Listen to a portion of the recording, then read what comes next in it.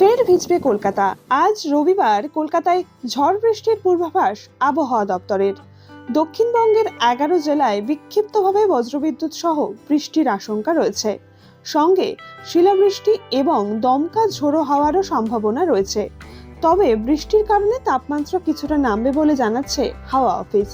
সোমবার বজ্রবিদ্যুৎ সহ হালকা থেকে মাঝারি বৃষ্টির সম্ভাবনা দক্ষিণ 24 পরগনা, পূর্ব ও পশ্চিম মেদিনীপুর জেলাগুলিতে।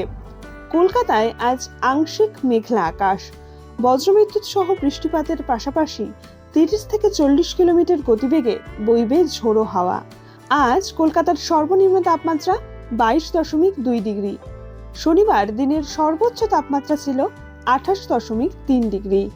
বাতাসে জলীয় বাষ্পের পরিমাণ বা আপেক্ষিক আর্দ্রতা 55 থেকে 95%। অন্যদিকে দার্জিলিংয়ে রয়েছে তুষারপাতের সম্ভাবনা। উত্তরবঙ্গের সব জেলাতেই বৃষ্টির পূর্বাভাস দিয়েছেন আবহাওয়াবিদেরা।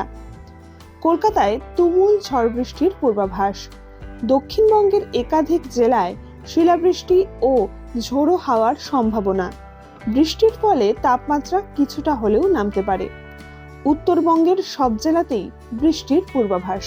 ডাউনলোড করুন এই সময় অ্যাপ iOS ও অ্যান্ড্রয়েডের জন্য।